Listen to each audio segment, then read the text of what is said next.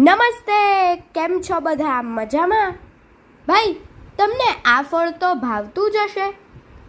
લીલું લીલું, વળી સ્વાદમાં પણ સફરજન જેવું લાગે. આને તમે પેર કહો છો ને? હા, પણ એને ગુજરાતીમાં જમરૂખ કહેવાય. હવે ચાલો જમરૂખ ઉપર એક સરસ મજાનું ગીત ગાઈએ.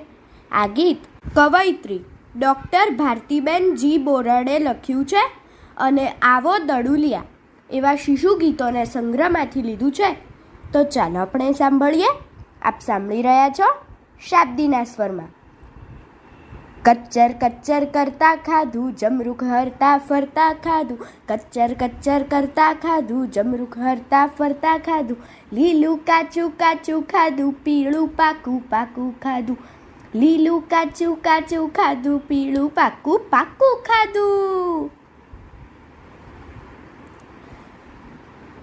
ખાટું મીઠું તુરું ખાધું, અડધું નહીં પૂરું ખાધું.